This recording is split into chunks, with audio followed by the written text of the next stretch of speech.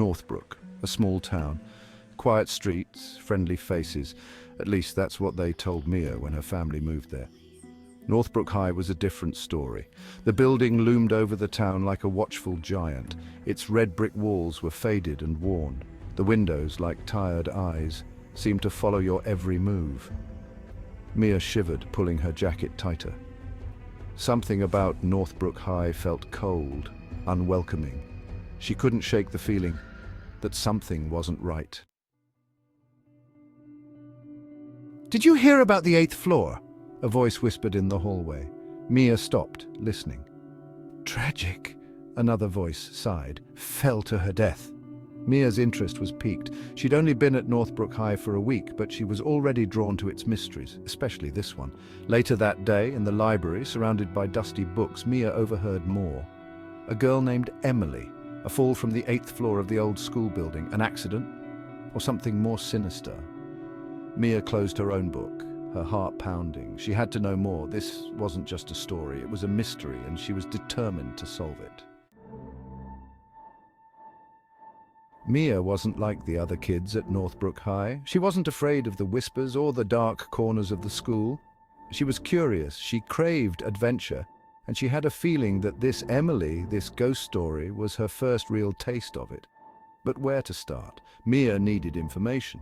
Someone who knew Emily, someone who knew what really happened on that 8th floor. That's when she saw him, a boy sitting alone in the cafeteria, his eyes fixed on a picture on his phone. As she got closer, Mia could see it was a picture of a girl with long dark hair and a sad smile. Emily. "Excuse me," Mia said softly. The boy looked up, startled. He quickly hid the phone. "I'm Mia," she continued. "I'm new here."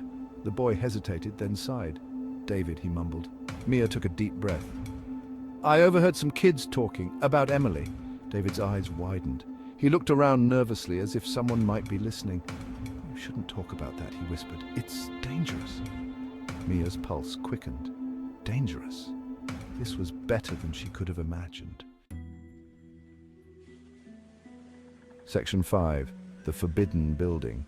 "Emily wouldn't want anyone to go up there," David said. They were standing outside, hidden in the shadow of the old school building. It towered above them, its windows dark and empty. "But I have to know what happened," Mia insisted. "Please, David, take me to the 8th floor." David shook his head. "It's not safe." Mia placed a hand on his arm. "Nothing bad will happen," she said softly. "Not while we're together." David looked into her eyes, then sighed. "All right," he said finally, "but we have to be quick." Section 6. As the sun begins to set, the air inside the old building was thick with dust and decay. Floorboards creaked under their feet. Shadows danced on the walls as the sun began to set. Mia shivered. The building felt heavy, oppressive, as if it were holding its breath, waiting for something. They climbed the stairs slowly, each step echoing in the silence. The higher they climbed, the colder it got. The air grew thick with a strange metallic scent. "This is it," David whispered, stopping on the 8th floor. The hallway was dark, lit only by a sliver of moonlight from a broken window at the end. Mia stepped forward, her heart pounding in her chest. The air here felt different, charged, as if something momentous had happened here. "Emily?" she whispered. A cold breeze swept through the hallway, sending a shiver down Mia's spine. The hair on the back of her neck stood on end. And then she saw her, a figure standing at the end of the hallway, a girl with long dark hair and sad eyes. "Emily," Mia whispered again, her voice trembling. The girl smiled, a sad, wistful smile. "You shouldn't be here," she said. Her voice was soft, like the rustle of leaves. Mia took a step forward, reaching out a hand. "We just want to know what happened," she said. "Why are you still here?" The girl's smile faded. "This place, it holds me," she whispered. "It won't let me go." Suddenly, a blood-curdling scream echoed through the building. Mia and David jumped back, their hearts pounding. "What was that?" David cried, his voice shaking. The girl turned towards the sound, her eyes wide with fear. "You have to go," she said urgently. "He's coming." Before Mia could ask who he was, the ground began to shake. Dust rained down from the ceiling.